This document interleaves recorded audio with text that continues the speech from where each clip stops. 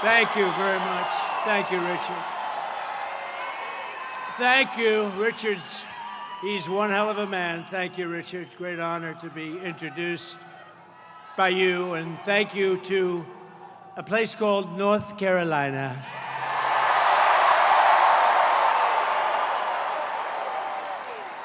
And I have these incredible women from North Carolina right over there. And they've been to, I shouldn't tell you, 129 different rallies. Can you believe it? Look how great they look. And their husbands love them. I don't know how the husbands do this. They travel all over, and finally we have one in North Carolina, nice and easy. It's nice and easy for you. No, they're incredible people. 129 rallies, it's great. But it's really tremendous to be back in this beautiful state with thousands and thousands of proud, hardworking American patriots, which is what you are.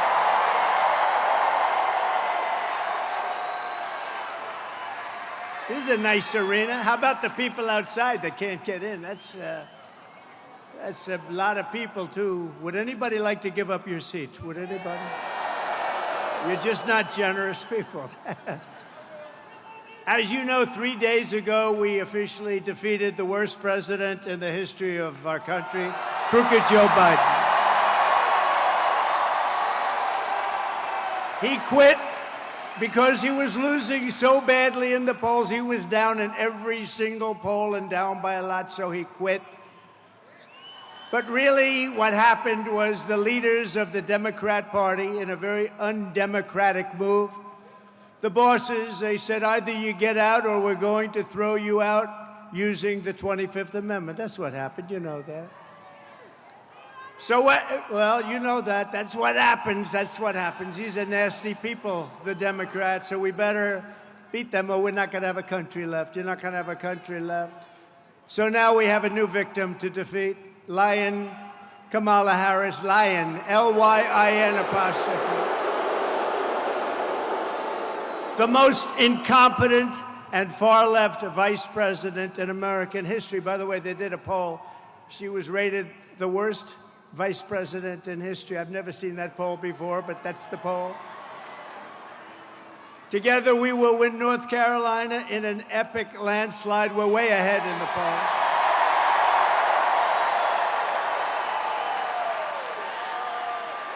And we will take back that beautiful White House, and we will very simply make America great again.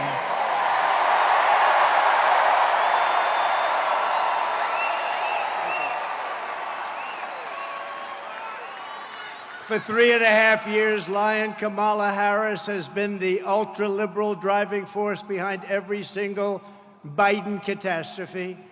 She is a radical left lunatic who will destroy our country. If she ever gets the chance to get into office, we're not going to let that happen. You know, I was supposed to be nice. They say something happened to me when I got shot. I became nice.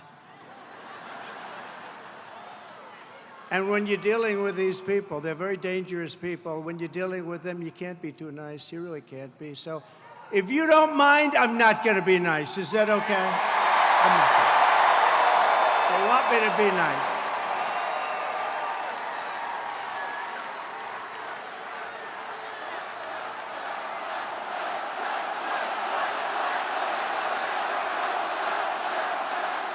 Thank you. Kamala Harris is the most liberal elected politician in American history. Did you know that? She's an ultra-liberal politician. She's absolutely terrible. She's, as you know, more liberal than Bernie Sanders. Can you believe it? She's rated far more liberal than Bernie Sanders. And she's now trying to get rid of her record, but she can't. She's going out and saying things that she doesn't believe, and if she ever got in, she'd destroy this country so fast. So she was the border czar, but she never went to the border, right? She was appointed by this horrible president, this horrible guy. How this guy got to be president in his basement. He stayed in his basement. And we did a lot better the second time than we did the first. How this guy got to be president, what they've done to this country in 3.5 years, and we're going to turn it around. But what they've done to our country is unthinkable. As borders are, Kamala threw open our borders and allowed 20 million illegal aliens to stampede into our country from all over the world. As vice president, she cast the tie-breaking votes that created the worst inflation in a half a century, decimating middle-class families and hurting very badly, as you know, all people in North Carolina. And by the way, Laura says hello. Laura, do we love Laura? How good is Laura? She is terrific. She has done a tremendous job. You know, I'm saying it now because if I forget it later on, they'll say he's cognitively challenged. I don't want to be cognitively, no, but I want to thank her because she's unbelievable. She loves it. I'll introduce Michael in a couple of minutes, but I want to remember to introduce Laura. She's been a fantastic daughter-in-law and wife to Eric.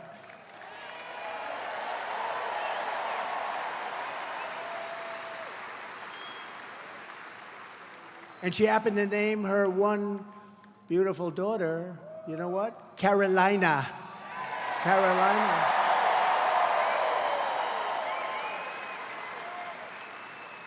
I said, which one? Which Carolina? She said, well, North, of course. No, let's call them both. Do you mind if I call them both? They've both been great, frankly. And when Kamala Harris was sent to Europe to deter Russia, what a joke that was, from attacking Ukraine, how did that work out? Russia answered by launching the invasion just 5 days after she left. Putin laughed at her like she was nothing. She is nothing. She's gonna baby. She's so bad for us. Everything Kamala touches turns into a total disaster. She's destroyed San Francisco with her policies. Check out San Francisco. 20 years ago, it was the greatest city in our country. Today, it's not a livable city. She'll destroy our country if she's elected, so we won't let her be elected. We can't let that happen.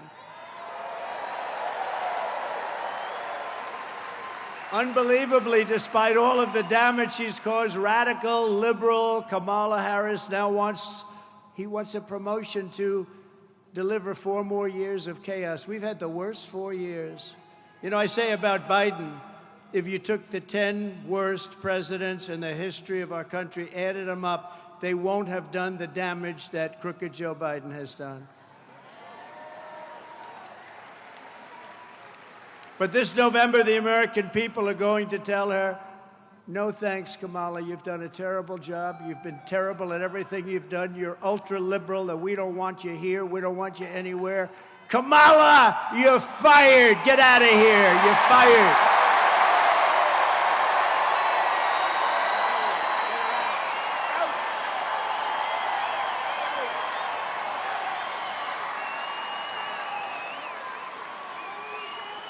And yet the fake news, which a month ago said she was incompetent, said she was a stiff, just a dopey stiff, the worst.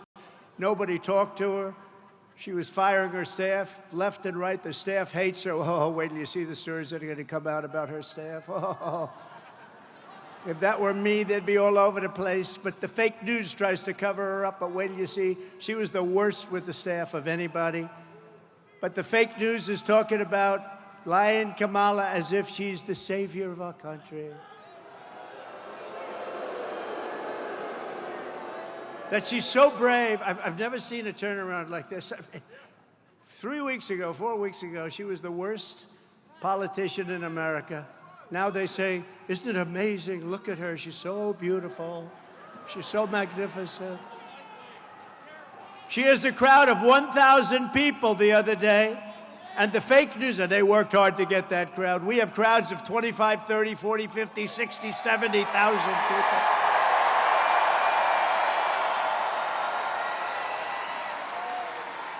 And the fake news said, oh, her crowd was amazing. It was amazing. You see it? The other day, she had maybe 1,000 people. I doubt it. They worked their asses off to get those people to go, and I wonder what they gave up. They said, oh, this is such a big crowd. She's got such momentum. I don't think she's going to have a lot of momentum after this speech because I'm telling you about her, right? We're telling you the facts. I'm just giving you the facts. But they said it was such a big crowd, such a beautiful crowd. They never mention our crowds. Like this crowd. Look at this crowd.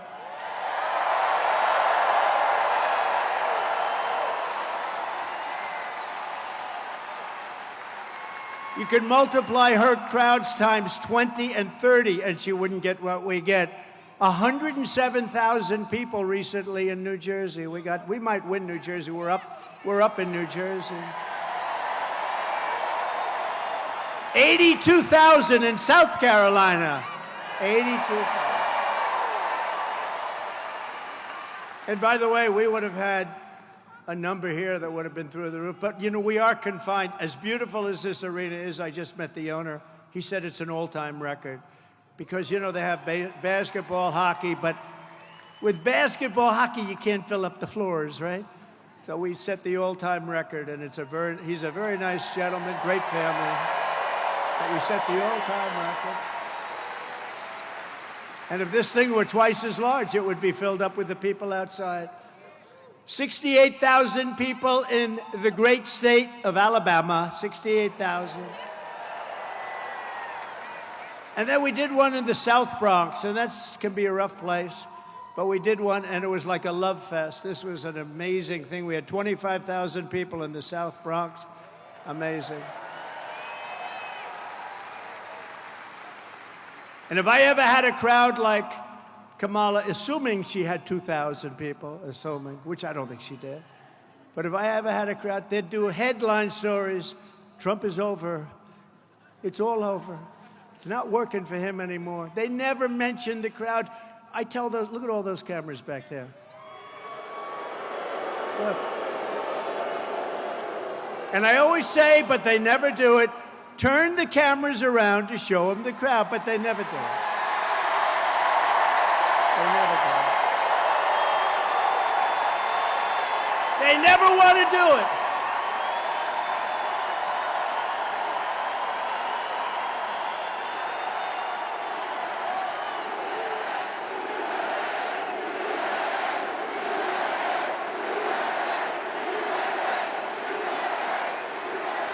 They just don't want to do it.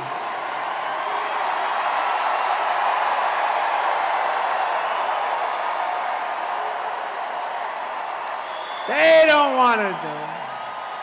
I don't know why.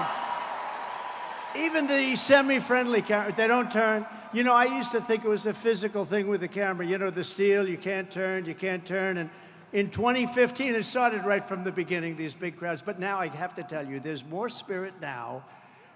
We won in 2016. We did much better in 2020, but it was rigged. It was rigged. But this is bigger than 2020. This is bigger than 2016. And I think the reason is you like me a lot, but you know what you really like? When you look at the incompetent administration that we have with the inflation, with the Afghanistan, with all of the things they've done wrong, everything, the borders are.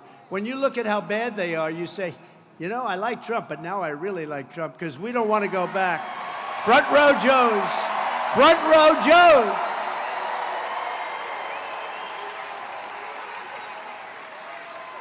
You know, front row Joes, they've been to 201.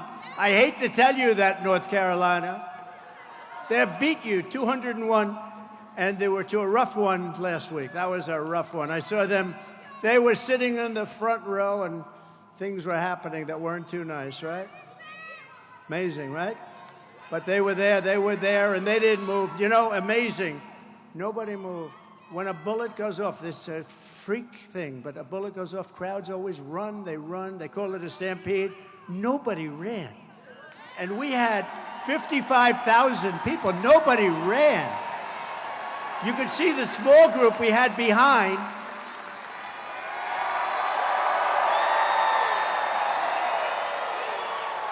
And no, you could see the group behind because the camera was on. We had a tremendous, you know, like hundreds of people from the press. We had cameras going on. And you could see behind me, they were like this. How about the guy right behind me in the black with the green hat? And he's looking like this. Oh, that guy I want to meet him. But they had a lot of guys like that back there. But did you see him? They've only played that clip about 5,000 times. They see it every day. It's over and over. But you see how brave. Normally when something like that happens, everybody but Richard will leave. Richard will stay. He's a tough cookie. But no, everybody scrambles. They run. Nobody ran. Same thing with the group out front. The group out front was the big group. Thousands and thousands of people. Nobody left. They just stood there watching because they saw that I was in trouble. Either I was in trouble or something was happening because I had a lot of blood on my hand. I checked out. I said, oh, gee, what's this? But no, they saw that. And when I went down, they saw that, and nobody left. It was like, the whole thing is like a big love fest, let's face it. It's a whole big love fest.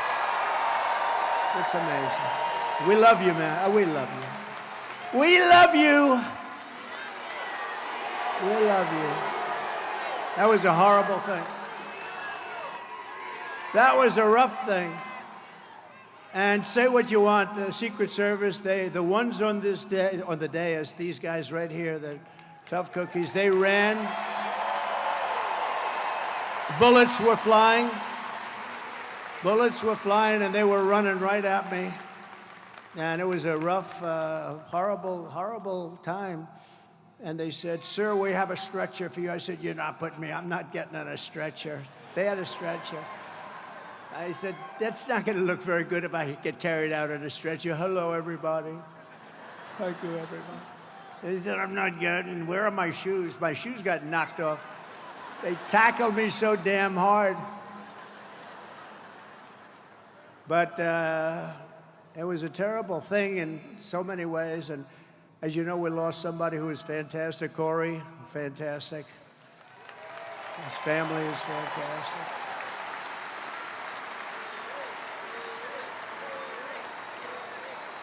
And two other great people. These are great people. I got to know their families a little bit. And, you know, the public has really been generous to them, too. They opened up their hearts. I won't even tell you, the numbers are so incredible. But they opened up their hearts to the three of them. And these two were hurt very badly, but they're both now in pretty good shape. They'll soon be in very good shape. So, But I just looked down here at Front Row Joe's, and it just reminded me of that incident a week and a half ago, right? You were right there watching it. You saw it. And you guys, by the way, weren't moving either. I saw you. You didn't move. You were just, they were standing just like they're standing right now. They were standing. They're great. They're great. And sad, such a distressed, sick world. But, you know, it could be caused when they call you a threat to democracy. You never know what causes it. I'm a threat to they're a threat to democracy. They're a threat to our country, period. But that was some time we had. That was some rough time. But it was incredible. The people I got to know through that. I got to know some unbelievable and really brave people. But the next time they show that clip, which will be as soon as you get home, they'll show it about 30 times. They show it every day over and over. But watch the people behind. They always stampede. If a bullet goes off or something happens at a soccer stadium or a stadium, and we had more people than most of those stadiums would have, everyone runs. Nobody ran. They stayed, and you have to look. The one guy, he just was so angry. He's looking. I gotta meet him. There's something about brave people that I love, right? People that love our country. He's out there. He's like up there. No, they're great. They're great people. And we had a great convention. We had a convention that broke all television ratings. How good was the Hulkster, right? Oh. And Kid Rock called. He wanted to be a part. He was fantastic. But they were all fantastic. It was the greatest. It was just a flawless convention. It was great. And the television ratings were record-setting ratings. You all read that. They were record-setting ratings, and it was just an honor. The stadium was beautiful. Milwaukee was beautiful. Wisconsin's promised me they're all going to vote for me now because we put $250 million into their economy. So we're going to win the great state of Wisconsin. But Milwaukee was great. They did a great job. The stadium is new. They built it for the basketball team, which is excellent. You know the Greek, right? The Greek. He's a good player, but they built it for the team, and it was like new, and it was one of the most, I think it was the greatest, I really believe it couldn't have been better. It was the greatest convention that anyone's seen thus far, Republican or Democrat.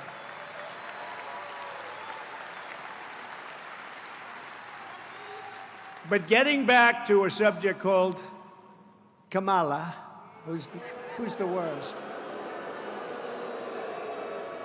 You know, I ask you this question because this has never happened before. So Biden's running.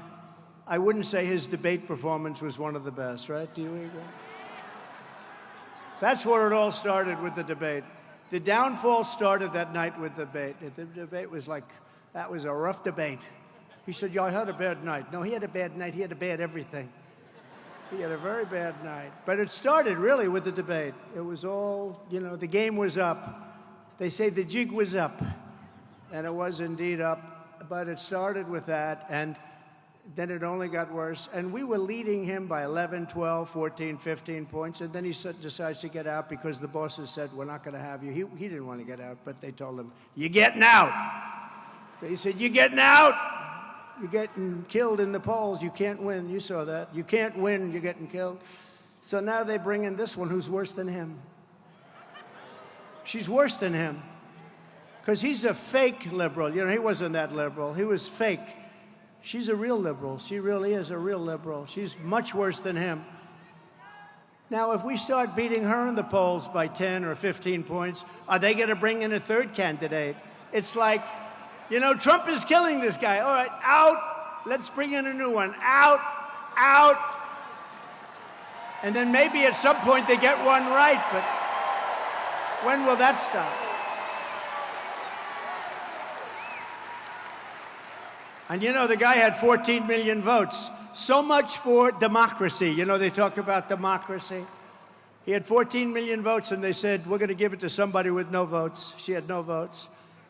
In addition to her horrendous record as vice president, Kamala Harris has also been caught red-handed perpetrating the biggest scandal in American political history. For 3.5 years, Harris shamelessly lied to the public to cover up Joe Biden's mental unfitness, claiming that Crooked Joe was at the absolute top of his game. I don't think so.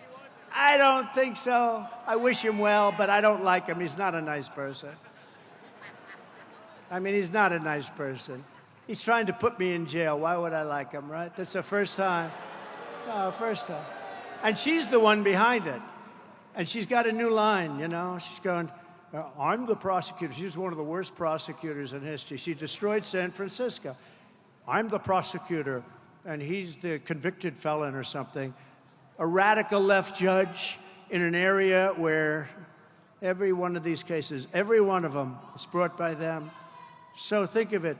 They get me to that position, and then their campaign says, I'm the prosecutor, and he is the convicted felon. That's their campaign.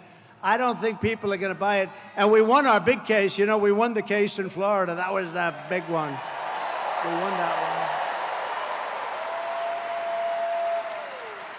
one. And I got out by beating their Justice Department, and he got out of the same case, except his was far different because he had 50 years of documents, right?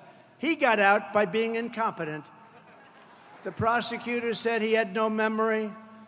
He basically said he's incompetent, so he shouldn't stand trial. Can you imagine? He can be president, but he can't stand trial. What's that about? But it was all headed up by her because she's a prosecutor, a really bad one. If Kamala will lie to you so brazenly about Joe Biden's mental incapacity, then she will lie to you about anything. She can never, ever be trusted. She can't be trusted. And just like crooked Joe Biden, Kamala Harris is unfit to lead. She's unfit to lead. She'll destroy our country. In a year, this country will be destroyed. A vote for Kamala is a vote for 4 more years of dishonesty, incompetence, weakness, and failure. Other than that, she's doing an excellent job.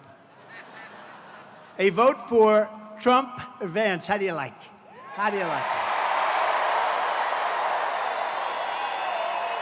it? J.D. Vance. How do you like him?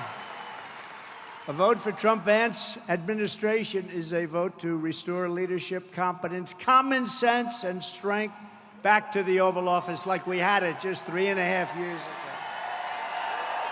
If Kamala Harris gets in, she would be the most radical far-left extremist ever to occupy the White House times 10.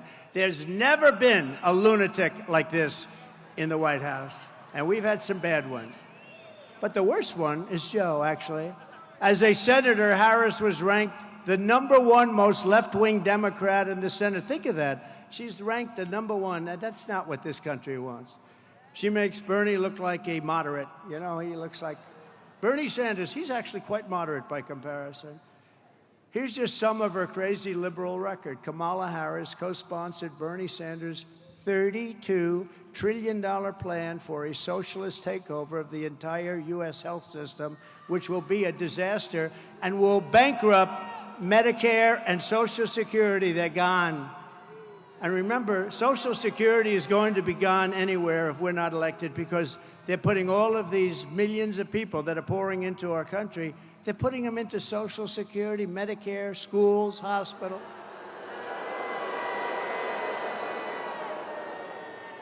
And we all have a big heart, but some of those people are tough, from prisons, from mental institutions, terrorists. When asked if her plan would outlaw private health insurance for 180 million Americans, Kamala replied, "Let's just eliminate all of it." That's all she said. We'll eliminate all. Oh, that's nice. Thank you very much, Kamala. She endorsed free taxpayer-funded government health care for all illegal aliens, everybody that walks into our country that's illegal. This is why they come. When these stupid people, they're stupid, low IQ people, when they say, we're going to give you health care, we're going to give you everything, they come. You're not going to say, we're going to give you all of these things. They're going to come, even if they're fine in their country. And people are being killed in the caravans, especially women. They're dying on the way up. It's horrible. It's horrible. You have to see the real numbers. She co-sponsored the $100 trillion Green New scam with the goal of completely abolishing the oil, coal, and natural gas industries, which would reduce the United States to a third world country. No more oil, no more gasoline. Good luck with your electric car that goes for about 45 minutes before you have to get it. Do you know someplace like in the Midwest, did you see? They built 8 chargers. You know, a charge, that's sort of like the equivalent of a gas pump. They built 8 chargers for $9 billion, and 2 of them don't work. That's a big problem.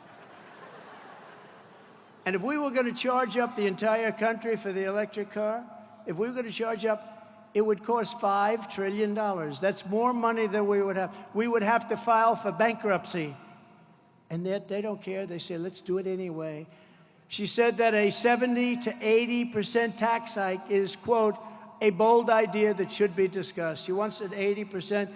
You know, I gave you the largest tax cuts in history. She wants to take them away and increase your taxes. I don't think you're going to be too happy. Kamala publicly boasted, quote, "There's no question I'm in favor of banning fracking." She wants no fracking. Now, that pertains to Pennsylvania, Texas. It pertains to Oklahoma. It pertains to a lot of other places, more so than you, but it pertains to you where your wallet, because you're going to be paying a lot of money. You're going to be paying so much. You're going to say, bring back Trump, please, please, please bring back Trump. We want Trump. We want some common sense, please. She supports mandatory gun confiscation to rip firearms out of the hands of millions of law-abiding gun owners. She wants to take away your Second Amendment, which we need. Lion Kamala is also a total radical on a word called, do you know this, right? A word called what? Abortion. She's a radical crazy person when you compare my position on abortion to that of Kamala Harris. My position is 8 points higher in the polls, and that's because she is so radical. She wants abortions in the 8th and 9th month of pregnancy. That's fine with her, right up until birth, and even after birth, the execution of a baby, because that's not abortion, that's the execution of a baby. You remember the governor, you remember the former governor. The current governor is excellent. The former governor of Virginia, he said, yes, we may have the baby, and then we decide with the mother what to do with the baby. This is after the baby is born now. She supports that. She supports taxpayer funds to pay for abortion for any reason whatsoever. She even voted against legislation that would require medical providers to give care to babies born alive after an attempted abortion. Think of that one. Whereas our position is that abortion is now back to the states. You know, for 52 years, they've wanted to bring, it's Roe v. Wade. They wanted to bring it back to the states. It wasn't about how many weeks and how many, everybody wanted it. Every legal scholar, every Democrat, every Republican, liberals, conservatives, they wanted it brought back to the states. And because we had a very brave 6 people on the Supreme Court of the United States, so they were very brave. After 52 years, they allowed it, but everybody wanted it. And they were brave to do it, and now it's up to the will of the people in each state, and it's happening in Ohio. They voted, and frankly, it came out to be more of a liberal policy, but they voted, and it's getting back. In Kansas, you saw what happened there. Somewhat of a liberal policy. Texas goes, and Alabama goes, and other states, but it's all being voted on by the states. It's back in the hands of the people, and the state returns the age-old question to where it belongs, and it belongs with the people, and it belongs over time, and you see what's happening, and you see how it's working out. Like Ronald Reagan, very importantly, I happen to support. You have to go with your heart, but I happen to support the 3 exceptions: rape, incest, and the life of the mother. I think that's the way. But follow your heart. But you also have to remember, you have to get elected. You have to remember, because we have elections, and elections are about a lot of other things, too, that are very important. But you have to get elected. But Ronald Reagan was for that. I was for that, the 3 exceptions. And as Vice President, Kamala Harris cast the tie-breaking vote to cut, as you know, Medicare by $273 billion. She cast a vote to cut Medicare. Nobody knows that. She doesn't want people to know that. Now what she's doing is she's running away from Israel. She refuses to go to Bibi Netanyahu is in Washington. She refuses to be there. Even if you're against Israel or you're against the Jewish people, show up and listen to the concept. But she's totally against the Jewish people. And it amazes me how Jewish people will vote for the Democrats when they're being treated so disrespectfully and badly. It amazes me. It's shocking. I don't get it. I don't get it. Kamala even wants to pass laws to outlaw red meat to stop climate change, and she is... You know what that means? That means no more cows. You know, this is serious. No, this means no more cows. I guess eventually she's going to mean no more people, right? No more people. So if you want socialist health care, nation-wrecking inflation, the death of American energy, and a lying radical left liberal San Francisco extremist as your commander-in-chief, then Kamala Harris is your candidate. She's the one for you. Just like she destroyed San Francisco, she will destroy our entire country. And let me tell you, it's in pretty bad shape right now anyway. What they've done in 3.5 years, especially, I mean, think of Afghanistan, the most embarrassing day in the history of our country. We got out of weakness. We were going to get out, but we were going to get out of strength and dignity. We were going to get out. They left, you know, $85 billion worth of brand new equipment, brand new, beautiful military equipment. I rebuilt the military. They got equipment that I bought, and they left it in Afghanistan. And you know that Afghanistan now, the Taliban, Afghanistan is the second or third largest seller of military equipment in the world. They're taking this gorgeous stuff and they're selling it, and they're making a fortune because they don't need 700,000 rifles and guns. They don't need 77,000 trucks and cars. Many of them are built with all steel bottoms. They're all guarded up for the horrible bombs that they had to endure. They're all very expensive. These are very expensive things, and they're selling them now because they just need a tiny fraction of what they were left. We were going to take it all out. We were going to keep Bagram, the big air base. We had 13 soldiers killed. We had 47 soldiers horribly, horribly hurt. No legs, no arms. Nobody ever talks about them. They talk about the 13 dead. They never talk about the 47 that have been so horribly hurt. I mean, just, it's so bad, it's so horrible to see. But 47 is an important number. Maybe there's something to it, you know? 47, that's an important number.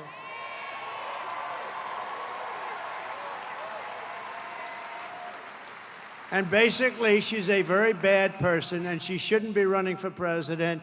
She is a threat to democracy, a true threat to democracy. She'll destroy our nation. But if you want no inflation, low gas prices, how about $1.87? And we had it actually lower than that. If you want energy independence, and even now energy dominance, we're going to be dominant. You know, you have to see the chart. And my favorite chart of all, of course, some of you would understand what I mean, was the immigration chart. Because I looked over and I said, look at that chart. Does anybody know what I'm talking about? It's my all-time favorite chart.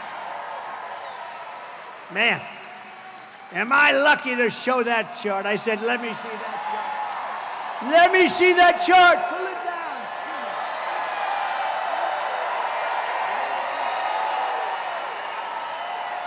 That wasn't good. That's my all-time favorite chart. It showed how great we did on immigration. My last week in office, we had the lowest number of illegal aliens that we ever had coming across our border. I was very proud of the chart. You see it go like this, and then it goes like a skyrocket. But forget that. I like it for other reasons, too. I will sleep with that chart for the rest of my life. But if you want the greatest economy in history again, and freedom, if you want freedom, real freedom, because we're going in a very bad direction, then you must vote for a gentleman named, perhaps you've heard of him, Donald J. Trump. Perhaps you've heard of him.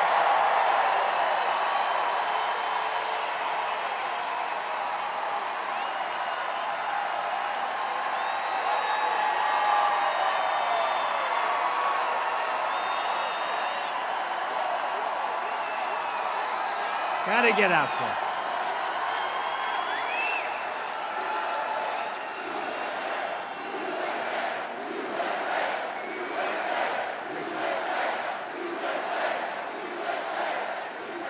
Kamala Harris's California socialism would kill the American dream forever. You know, you don't hear about the American dream anymore.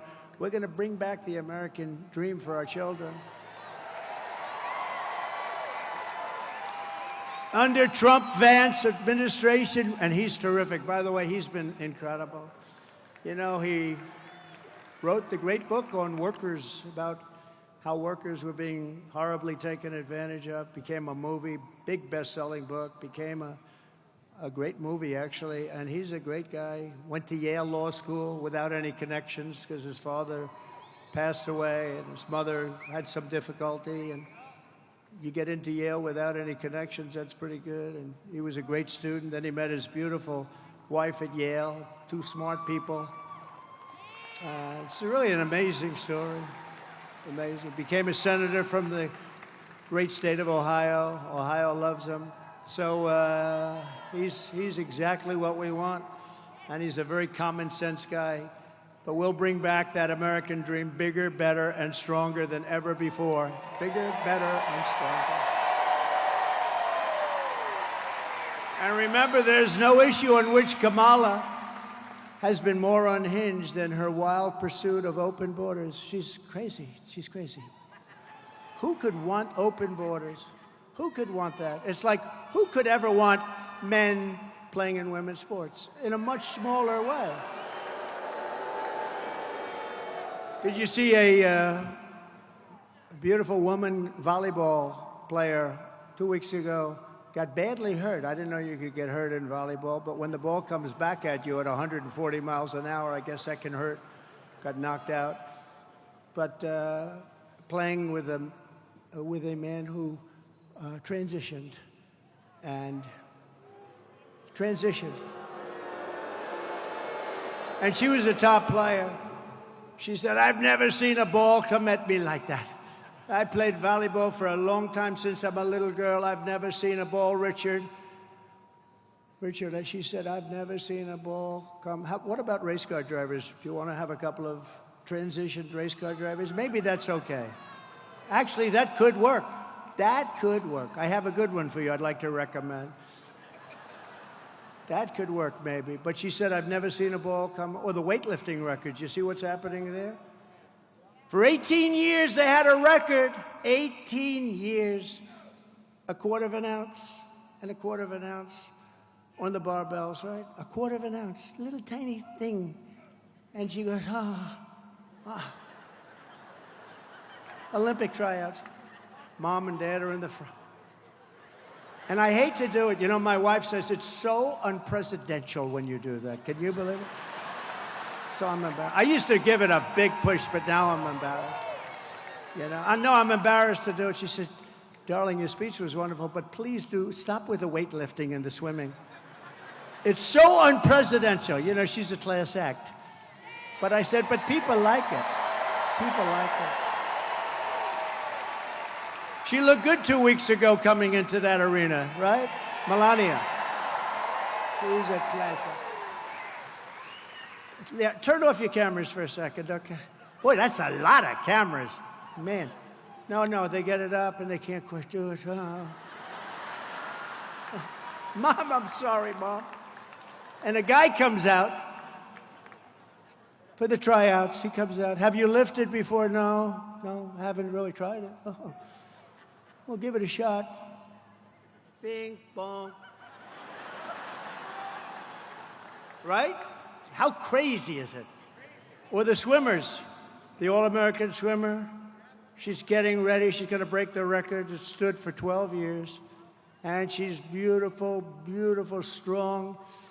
And she looks left and she sees all the girls she's grown up with. Because as Richard will tell you, those great, talented people, like Richard wanted to drive race cars more than anything else, but he didn't quite have the courage to put that pedal to the floor like a couple of your competitors that we know so well, right? So instead he said, "Hell, I'm going to own the cars and I'm going to make a lot of money. This is too much for me," right? He had Dale Earnhardt. These guys were going around the track and Richard's driving. He said, "I don't know. I can't do that. I understand. That's the way it is." But he became the best at what he did. And some others, too, that I know that are friends. It's a great, by the way, that's a great sport. That whole thing is great. How you do it is amazing. It's so amazing. We should send you into, I've always said, get some of these guys. I have a lot of friends in that world. I don't know, I think, is it Roger Penske, like a great guy, too? He won 20 Indianapolis 500s. This guy wins all the time. I mean, we appreciate talent. I said, let me use these guys to guide our military a little bit. When you can win so many races, that's okay, you know? You guide. Same thing with coaches. You take some of the greatest football coaches, you put them at a table. "What do you like, coach?" Because in its own way, it's not so much really different. But it's been sort of amazing. But she looks over left and she sees, and then she looks over right and she sees a lot of the young ladies that she grew up with, girls, they're girls, and now they're mature women. They want to break this record. They want to qualify for the Olympics. And then right next to her is this giant. He's got the wingspan of Wilt the Stilt Chamberlain. You know Wilt the Stilt, 7'2", the longest arms ever recorded. And she looks and she goes, oh, who is this? Oh, he transitioned. and he's in the swimming contest. He's in the meet, and this meet is a big deal. And she's a little nervous, but she's going to break that record. And they say, on your mark, set, go. And she goes, and she goes, and she goes, but she got, as you know, very badly injured, right? You know what it was? Wind burn. She got burned by the wind. He went so fast by her, she suffered massive wind burn. We had to take her out of the pool. Massive wind burn. No, it's so crazy. Men playing in women's sports. It's demeaning. Who could want this? Who could want open borders? Who could want high taxes? Who could want high taxes? Who wants this? They have so many things. You know, we're the party of common sense because of it with it, but we're the party of common sense. And we have to get back to common sense. Lion Kamala supported abolishing ICE. She compared ICE agents to members of the KKK. Can you believe it? It's so disrespectful. And these guys, these people are great. I've seen them, and I've seen tapes of them, and they go into a pack of MS-13 killers out on Long Island, and they walk into that pack, and all you see is fists are flying left and right. 2 minutes later, they walk out, and they've got them by the legs, and they throw them into a paddy wagon, and we take them the hell out of our country. And she wants to get rid of them. Kamala voted in favor of deadly sanctuary cities. She supports decriminalizing illegal border crossings, and she supports mass amnesty for all illegals. Think of that. Everybody coming in right now. And many of these people are coming out of the prisons and the mental institutions. They're going to get amnesty. She wants everybody to have amnesty. Then Joe Biden made her the border czar, and that's when it really got bad. She launched a colossal illegal alien invasion of a country. She said, come on in, remember? Then she said, remember when? Then she copied him. Don't. Everyone say, don't what? Don't. Remember, don't? Don't. Don't. On my very first day back in the White House, I will terminate every single open border policy of the Biden-Harris administration. And we will seal the border and we will stop Kamala Harris invasion without delay. It'll happen immediately. Right?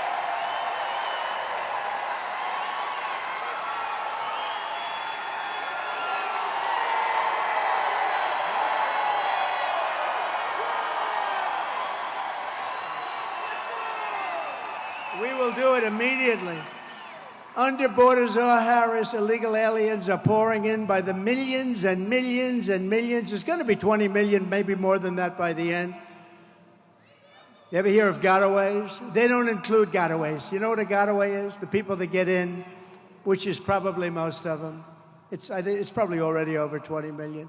You know, we're losing 300,000 people a year to fentanyl that comes through our border. We had it down to the lowest number, and now it's worse than it's ever been. We had the best border, the most secure border we've ever had, and now in just a short period of time, we have the worst numbers in history.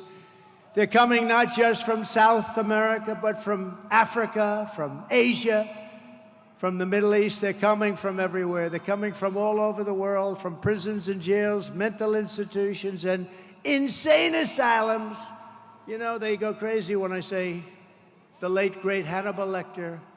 Okay, they say, why would he mention Hannibal Lecter? He must be cognitively in trouble. No, these are real stories. Hannibal Lecter from Silence of the Lamb. He's a lovely man. He wants to have you for dinner. He'd like to have you for dinner. These people are coming into our country. And terrorists are coming in at the highest levels that we've ever seen. You know, in 2019, Border Patrol put out a chart. And I don't believe this chart, but I like it. I use it all the time. It said during 2019, we had 0 terrorists. It's impossible, I think. But they said it. I'll take it. Where is Brandon? Brandon, is that right? 2019, the great Brandon Judd. 2019 from Border Patrol. 2019. They had 0 terrorists coming in. Now, I think it has to be, I'm sure some got in a little bit, but not very many. But they had it down at 0, so I use that all the time. But Now we have hundreds and hundreds and thousands of terrorists coming into our country, coming in from all over the world. Meanwhile, our crime rate is going up, despite the fact that they like to say it's not. Come on. Well, crime statistics all over the world are plunging. And you know why they're plunging? Because other countries are taking their criminal elements and they're bringing them into the United States of America, and they're dumping them in our... We're a dumping ground. We're a stupid country that's run by stupid people, and we're going to make this country so great again, but we have to fix it.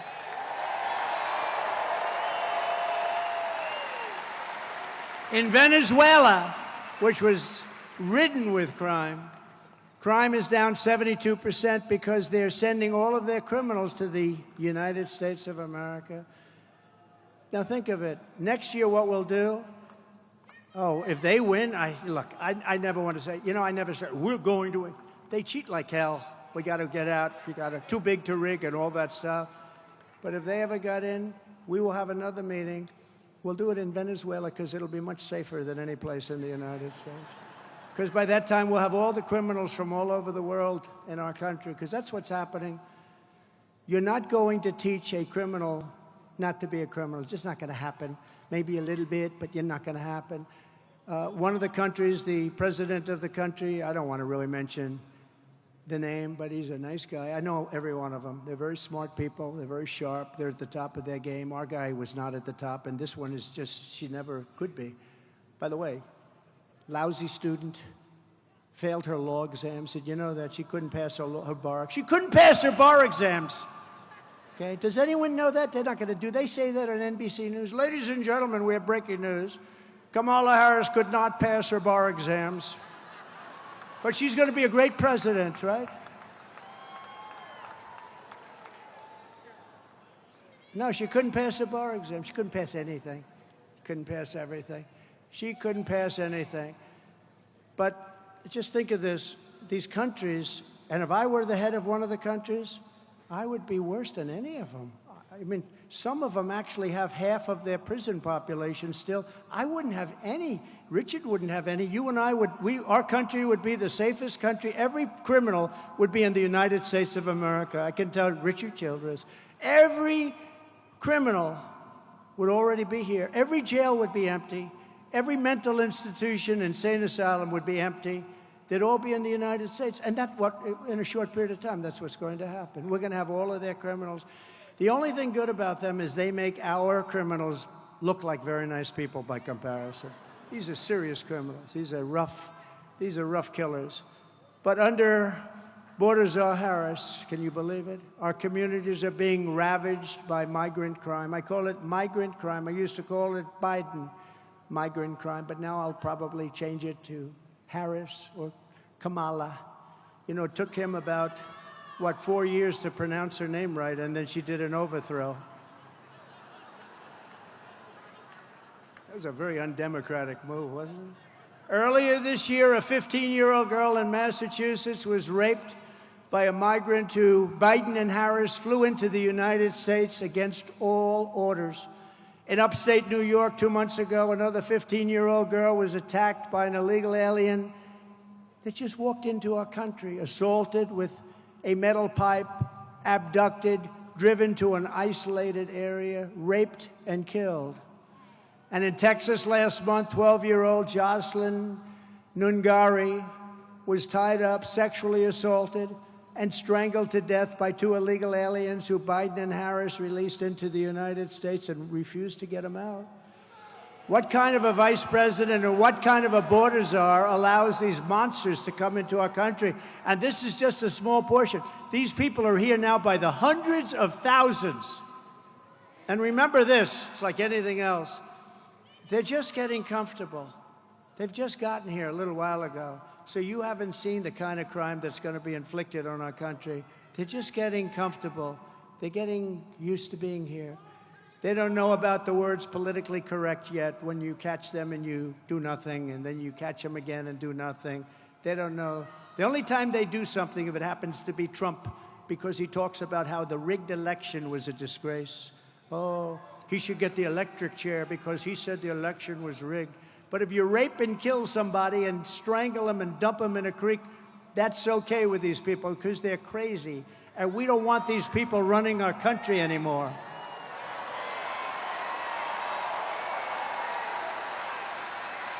What kind of person allows innocent American girls to be raped and murdered while keeping our border wide open? Never change it. Never change it. You know, they passed for the election about 2 weeks ago. They passed something that's meaningless. It's absolutely meaningless. But you know that, Brandon. They said they passed some nonsense so that they could have we're having a news conference. It actually made it worse. It actually, look at me saying it did. It made it worse. It's horrible.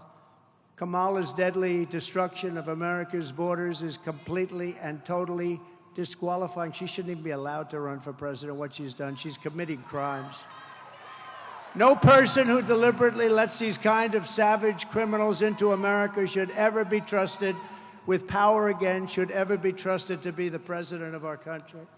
If Baltazar Harris stays in charge, every week will bring a never-ending stream of illegal alien rapists, bloodthirsty killers, and child predators to go after our sons and our daughters. That's what's going to happen.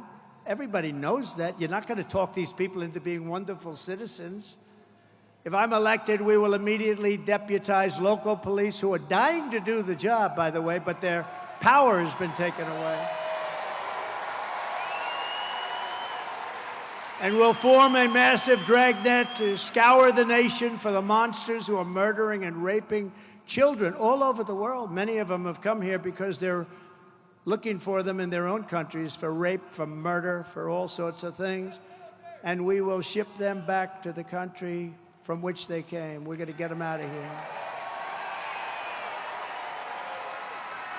You know, when I first came here, I don't tell this much, but you couldn't get them back. I said, well, we're going to get them out. MS-13 in particular, the most savage, vicious gang. They killed two 16-year-old girls walking to school. They killed them with a knife. They sliced up their body. They didn't want to use a gun because that's too quick. They didn't want to use a gun. They sliced them up. They sliced them up into pieces. They killed them. And Nancy Pelosi said they should stand trial, you know, nice fair trial. No, these are monsters. But when I first came here, I said, we're going to get these people out, MS-13, and the general came up to, sir, President Obama at the time. President Obama has been trying for 4 years. President Bush has been trying. They've all been trying. The countries won't accept them. They don't want their MS-13 back. I said, really, you can't get them back? No, sir. What they do is they put major big aircraft, commercial aircraft, on their runways so that when we're getting nearby, we can't land, sir. And then they clog up the roads, right, Brandon? They clog up. He knows because he was trying to send them back. They couldn't send them back. Then they clog up the roads so the buses and cars, every way, you can't get back into their countries. And they tell the people, we'll give you the death penalty if you come back in. Other than that, they're quite friendly, actually. So I said, really, they won't accept them? Yes, sir, we have to live with them. I said, we're not going to live with them. I asked, how much money do, like, Honduras and Guatemala, El Salvador, Mexico, how much money do they get from us for economic development and aid? Sir, we pay them $750 million a year. Now, that's peanuts compared to all of it, but still a lot of money. We pay them $750 million a year, sir. I said, tell them that we're not paying any more. They're in default. We're not giving them the money. We're not giving them any more money, Brandon. We're not giving. You were there, right? You were there. So we notified them, you're not getting any more money. The three countries in particular, El Salvador, Guatemala, Honduras, rough countries. And they were sending all of their criminals into our country. I said, we're sending them back, and you're not going to put any airplanes on the runway, and you're not going to clog up the roads. We're sending them back. But I said, how much money? $750. Inform them that they're not getting any more money. There's no more aid. We call it aid because we're stupid. We call it aid. You're not getting any more aid. There will be no more aid to your country. And the next morning, I got a call separately from all three presidents of these countries. They're very streetwise guy. They're very streetwise people. And they called me. And they said, sir, there must be a misunderstanding. I said, what's up? He goes, sir, you have stopped sending our aid to us. I said, that's right, because you're not letting the criminals that you sent in caravans and otherwise you sent into our country. You're not letting them go back to your country because we're sending. Well, sir, I'd like to talk about that. We would be delighted to take MS-13 back into our country. And all three countries the same exact. And we sent them back, Tom Homan and all our guys, right? And that guy right there. We sent them back at record levels like nobody's ever seen. Stand up, Brandon. Brandon Judd.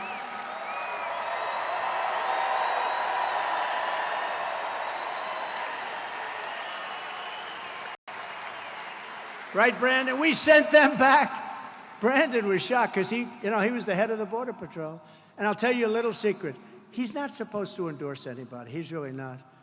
But he got so fed up with the incompetent people that when I ran, he said, I don't care. I'm endorsing Trump. I said, you're not supposed to do it. I said, I don't. And he never wavered, did he? He never wavered. Him and his whole group of people, they're incredible. These are incredible people. You know, it's much easier for him not to do the job.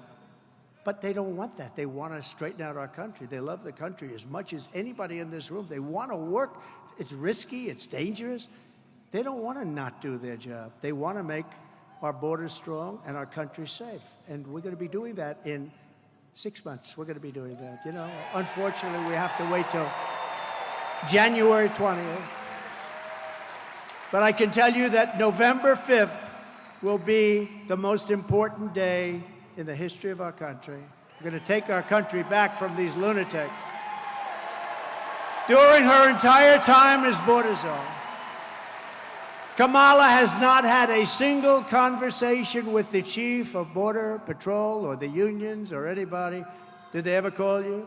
Did they ever call Brandon Judd, please? Get him on the phone. Brandon, how are we doing on the border? I used to call. He goes, horrible. How are we doing on the border, Brandon? We're doing, he just goes, horrible. But I'd call you all the time, right? I'd say, how the hell are we doing, Brandon? And we were doing great. That's why the chart, right? But we were doing great. But they talked to the 4 top people on the border. Have you ever spoken to Biden? Biden doesn't know he's alive. You know, the head of the FBI was, you know that, right? He was in front of Congress today, and one of the great congressmen asked him a question.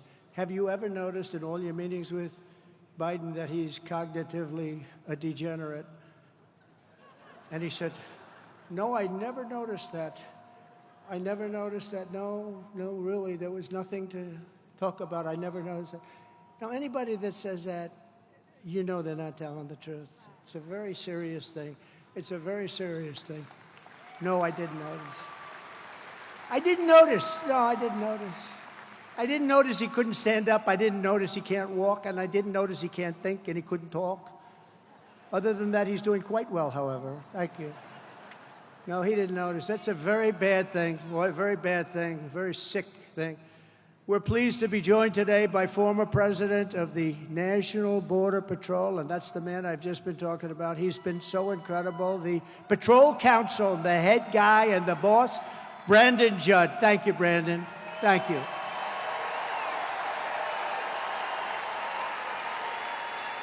And Brandon, can you come up and say a couple of words? We have time. Do we have time? Come on, Brandon Judd. Come on, Brandon. And I'll bet you he can beat me up those. I'll bet you he can beat me up those stairs. Remember when Biden challenged him to a golf match, and yet Trump was just playing with Bryson DeChambeau? You beat him, didn't you? Look, I lived this. Under 5 presidents, I worked under 5 presidents. Never have we seen a more secure border. You know this. This isn't a secret. The most secure border we've ever had was under Donald Trump.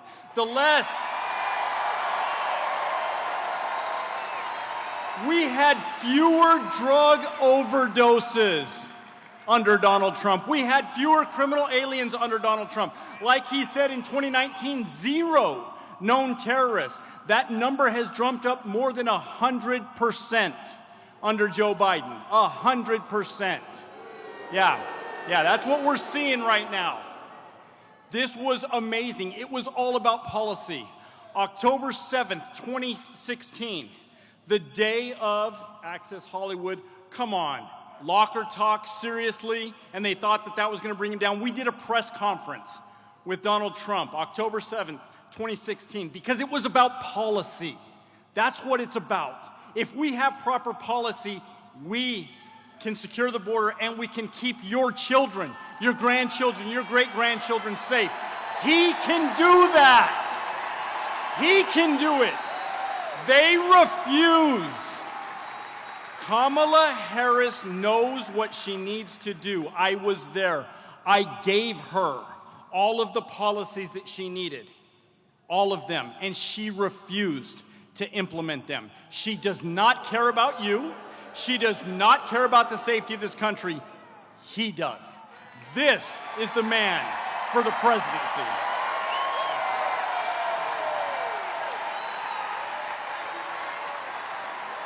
Thank you. Wow. That was great. Thank you, Brandon. Thank you very much. He does some job. He does some job. Now that she's running for president, Kamala is suddenly trying to transform her personality to pretend she is tough on crime. She's so bad on crime. In fact, Kamala Harris was the original Marxist district attorney. She was the first of them. You know, you hear all about them in Philadelphia and Los Angeles. She was the first. She was worse than any of them. She supports ending cash bail nationwide. She wants no bail. If you murder somebody, just go home and relax. Murder a couple of other people. Which means releasing violent criminals immediately after arrest. She supports stripping police officers of legal protections, ending jail sentences for parole violators. And in 2020, she helped raise $35 million to bail out criminals released from jail after they shot at our police, looted stores, sexually assaulted innocent victims, and committed many other very serious crimes. She was giving them money and bailing them out. One of the dangerous criminals Kamala helped bail out of jail was Sean Michael Tillman. You know that name, a repeat offender who, with Harris's help, was set free. He then went on to murder a man on a train platform in St. Paul, Minnesota, shooting him in cold blood 6 times, lying on the ground. Shot him in the head and in the torso 6 times. Kamala Harris wants to be the president for savage criminals, illegal aliens. I will be the president for law-abiding Americans of every race, religion, color, and creed. And I will stop the Democrats' party war. Remember this, the Democrats, they have a war going with police. They have a war. They don't want to talk about it, but they want it. The Democrat Party has a war on with police. We will stand up to the Marxist district attorneys. Defund the police. That's what they want, defund. They want to defund. She wants to defund the police. Now, she's pulled back on it, but that's where she is going. Does anybody even understand the concept? That's like open borders. That's like men and women's sports. The same thing. I think it's maybe even crazier than any of them. We will give our police back their power, protection, respect that they deserve. We're going to give them back the respect that they deserve. Today, I am honored to receive the official endorsement of the National Association of Police Organizations, which is the largest in our country. It represents 250,000 police officers nationwide. It's such an honor to get it. To me, that's a great honor. To me, that's something that means the largest anywhere in the United States. It's the greatest people. I'd like to ask their president, Mick McCall, to come up and say a few words, please. Thank you. Thank you, Mick.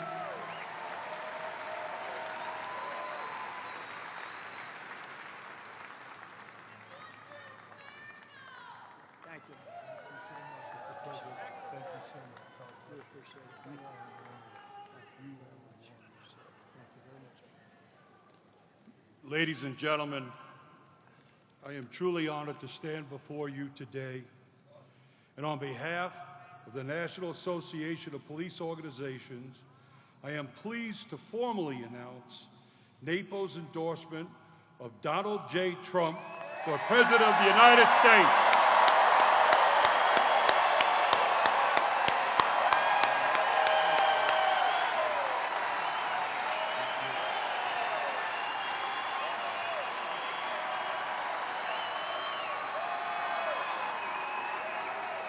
If I may, as President Trump directed the Attorney General to aggressively prosecute those who attack officers for simply being in a uniform.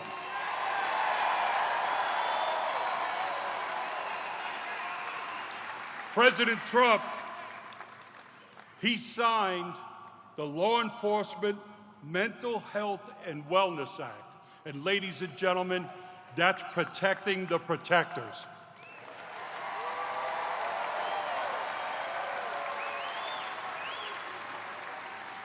President Trump also signed the ability for surplus military equipment to once again be used to protect you, the citizens, not to take your rights.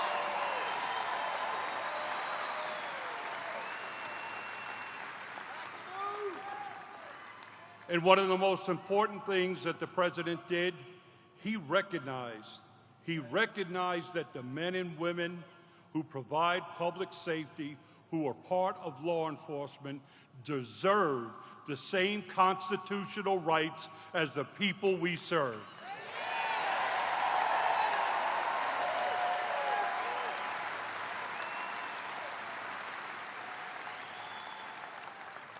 Mr. President, once again, we are proud and pleased to support your campaign, and we are here for anything that you ever may need. God bless you, and God bless the United States of America.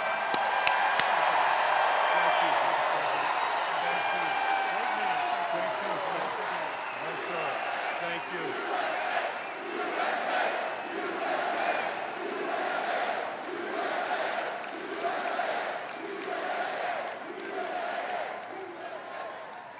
Thank you very much. That's a big one. That's something that means a lot to all of us in this room.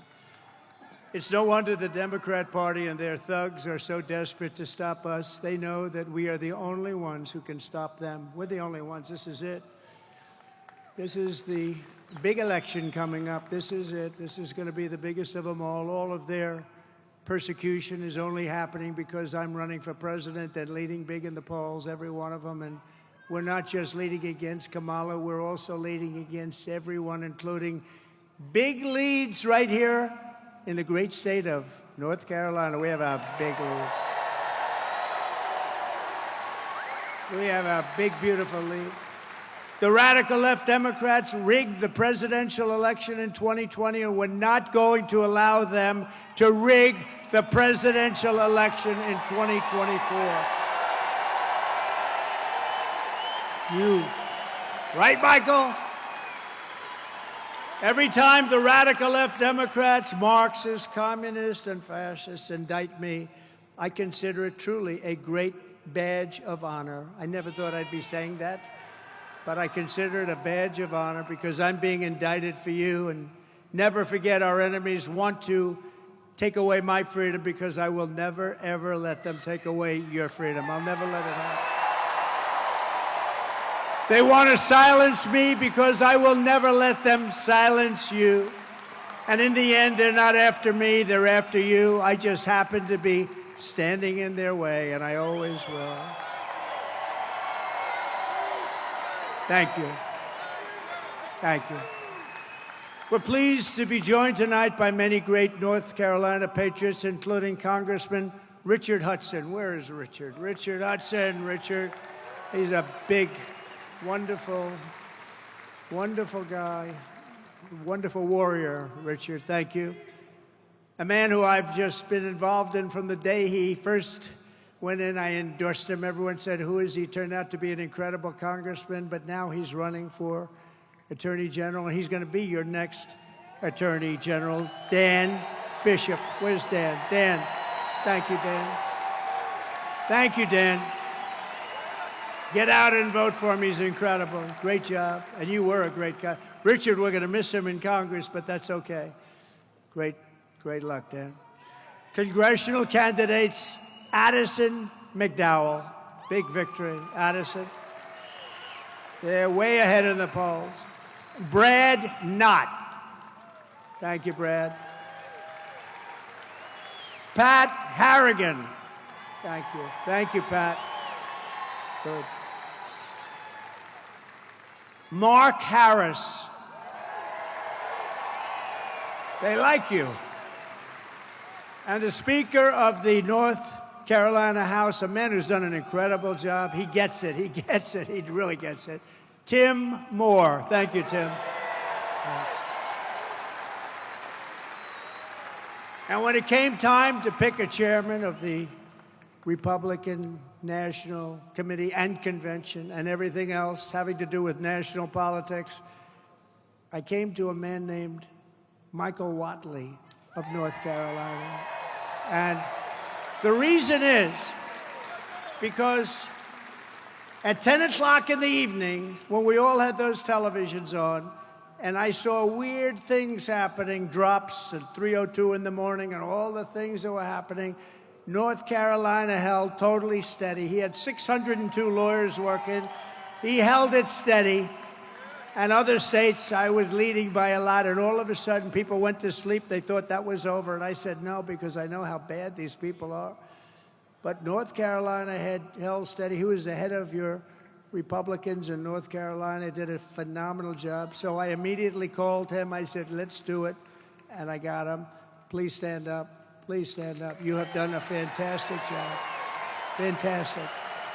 And working with Laura Trump, what a team that is, right? She's doing a good job, right?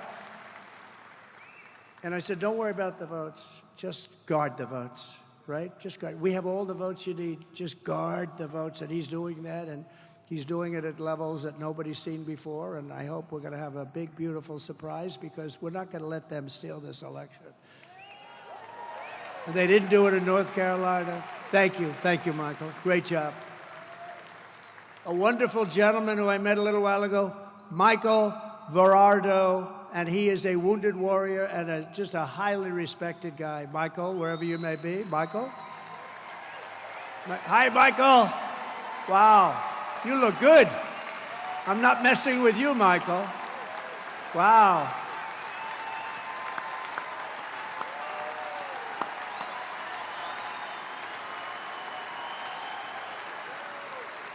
Good-looking guy.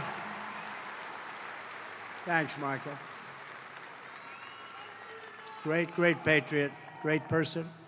Members of the Charlotte Police Department are here. Please stand up. You are phenomenal. What a job. What a job they do. Thank you. What a job they do. Thank you very much. And Chief of the Catawba Nation, Brian Harris. Brian, where are you, Brian? They've been so supportive. They've been so supportive. Thank you very much. From the moment we take back the White House from Kamala Harris, they switch. It's every day. Next week they'll have somebody else when they find out how bad she is. She's worse than he is. But when we take it back from Kamala and crooked Joe Biden, the most crooked president we've ever had, I believe we are going to have the 4 greatest years in the history of our country. We're going to do it. We're going to do it fair. Starting on day 1, we will end inflation and make America affordable again. Inflation is killing our people. They've got inflation. I think real inflation is closer to 50%. They like to say 23, 24%. No, they don't add everything. I think, look at interest rates. They're through the roof. Nobody can buy a house. You can't get the money even if you want it. To bring down the prices of all goods, we will stop the Biden-Harris war on American energy, and we will drill, baby, drill.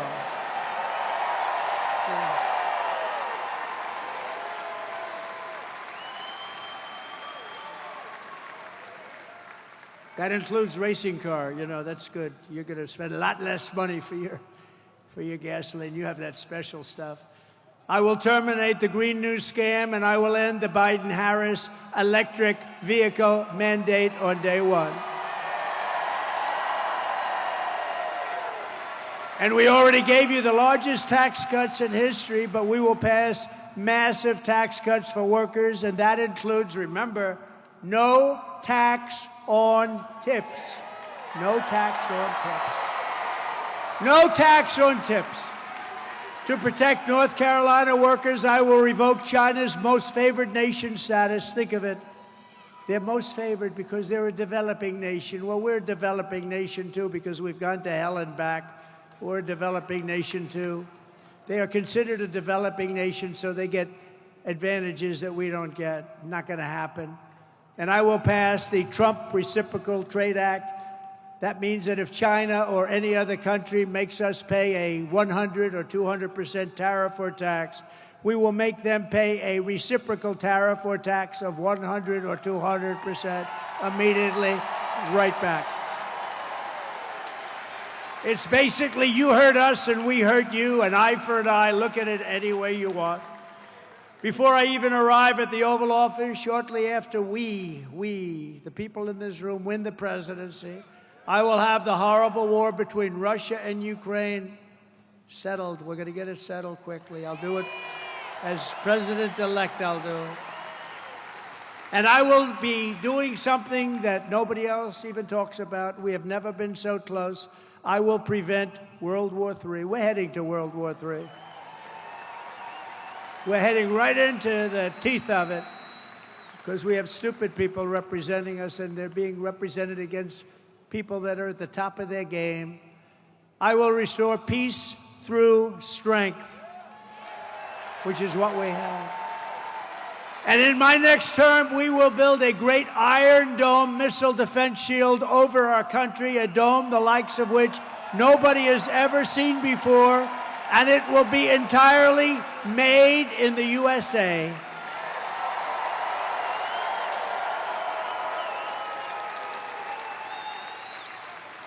You know, Ronald Reagan wanted to do that, but honestly, it's a long time ago. We didn't have the technology. Now we have the greatest technology in the world.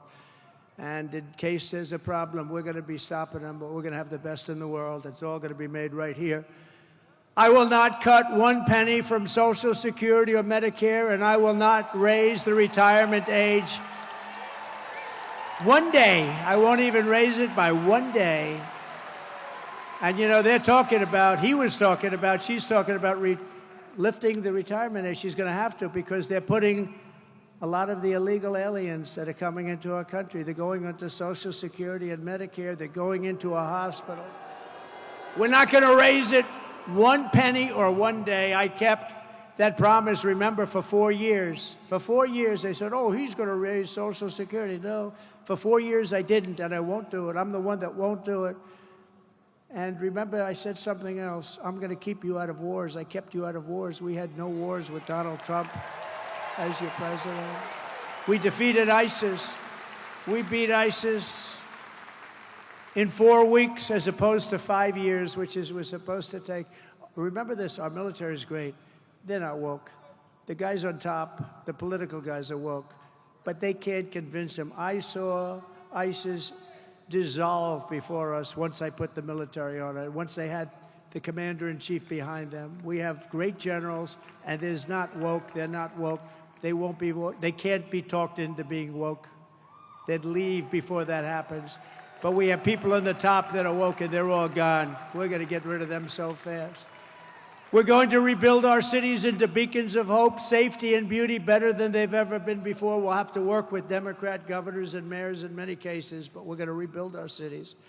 They're crime-ridden, horribly run places right now. We're going to clean them up, and we're going to do something that's really good, and we're going to take our nation's capital in Washington, D.C. We're going to clean it up, renovate it. We're going to rebuild our capital city so that it is no longer a nightmare of murder and crime, but rather it will become the most beautiful capital anywhere in the world. We're going to take over the management, the leadership of it. Right now, you go from North Carolina, let's go and see the Washington Monument on the assumption that they don't change the name, which they want to. They want to change the Jefferson Memorial. Not going to happen. Remember when we were having a problem in Washington where they were trying to knock down some of our monuments, and I passed a bill. And the bill said, if you touch a monument, if we catch you even in the act, you go to jail for 10 years. And there's no 10 years equal 1 year. It's 10 years. You serve 10 years. And it was amazing. I looked outside the beautiful White House windows. I looked outside, and people were just leaving town. It was an incredible thing. I took old legislation that, frankly, you could never pass, very old, 1926, and I restored it, and I said, 10 years, if you take down that, and they were all getting ready. They had ropes around the necks of these gorgeous pieces of art. I said, you do that, you go into jail for 10 years, and they left those ropes hanging. They couldn't get out of town fast enough. On day one, I will sign a new executive order to cut federal funding for any school pushing critical race theory, transgender insanity, and other inappropriate racial, sexual, or political content onto the shoulders of our children. And I will not give one penny to any school that has a vaccine mandate or a mask mandate. And I will keep men out of women's sports, and I will fully uphold our great Second Amendment. We will protect innocent life, and we will restore very quickly free speech, and I will secure our elections. Finally, we're going to get them secured. Our goal will be one-day voting with paper ballots, proof of citizenship, and voter ID. But until then, Republicans must win. We want a landslide that's just, and it is really an expression that's used. It's very tough for them. Too big to rig. We're way ahead. We're way ahead, by more than even the polls say. We have to make it so big, Richard, that they can't do it. There's not a thing they're going to be able to do about it. So too big to win. You have to get out there and vote. Get everybody. Get everybody. Get them all. Remember this, it's a strange thing. Evangelicals, Christians, they don't vote very much. We got to vote. They got to vote. They're great. They're such great people. Gun owners, the NRA, you know, gave us their total endorsement. But gun owners don't vote. They tend not to vote. We have to get them to vote. If we could get the evangelicals, Christians, if we can get gun owners to vote, it's not even an election. But they got to get out, so get your people at church to vote, okay? If you want to save America, get your friends, get your family, get everyone you know and vote. Vote early, vote absentee, vote election day. I don't care how you vote. You got to get out. You got to vote. And make sure your vote counts. Follow your vote. Check your vote. Check it. You can do it. Check your vote, that they don't rob you of your vote. Such an important thing. And if you want to help ensure election integrity, sign up at protectthevote.com. Protectthevote.com, and watch those people. Make sure they don't cheat. And Michael's doing a great job, and you just watch him, Michael. From Asheville to Raleigh, and this is, I have to tell you, an incredible group of people. The spirit, the incredible spirit. We have so much to say, but in conclusion, from Asheville to Raleigh, from Greensboro to Greenville, from Wilmington to right here in Charlotte, this state was forged by some of the toughest men and some of the strongest women ever to walk the face of the earth. Our American ancestors were backcountry farmers and frontier settlers, woodsmen, craftsmen, workers and warriors who poured their love into this land, and they loved their families, and they wanted to take care of their families at all costs. They climbed the mountains, fought the battles, conquered the dangers, tamed the unknown wilderness, built the factories, and gave everything they had to make America into the greatest nation in the history of the world. But now we are a nation in decline. We are a nation in decline. Can you believe it? We are a failing nation. We are a nation that has lost its confidence, lost its willpower, and lost its strength. We are a nation that has quite simply lost its way. But we are not going to allow this horror to continue. Less than 4 years ago, we were a great nation, and we will soon be a great nation again. We'll be a great nation again.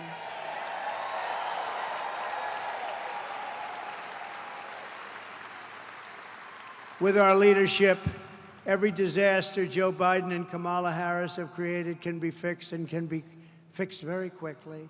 Every problem can be solved, and every wrong can be rectified. By this time next year, America's borders will be strong, sealed, and secure.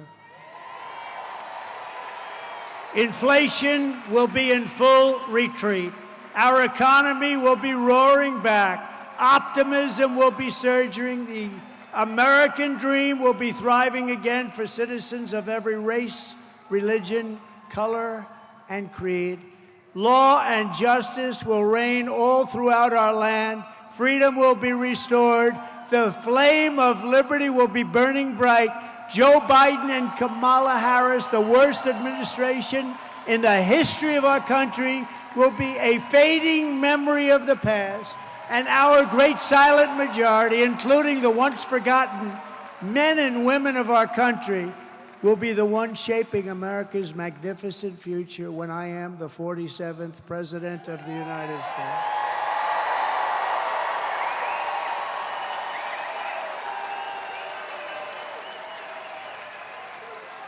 Because we are all Americans, and together we will show November 5th to be the most important day in the history of our country. There will never have been a more important day, because if we don't do the right thing, and if it doesn't work out, it's got to work out. If it doesn't work out, we won't have a country. We're going to have a great country again.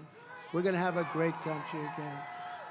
We are one movement, one people, one family, and one glorious nation under God. And together we will make America powerful again. We will make America wealthy again. We will make America strong again. We will make America proud again. We will make America safe again. We will make America free again. And we will make America great again. Thank you very much. Thank you. God bless you all. Thank you, North Carolina. Thank you very much.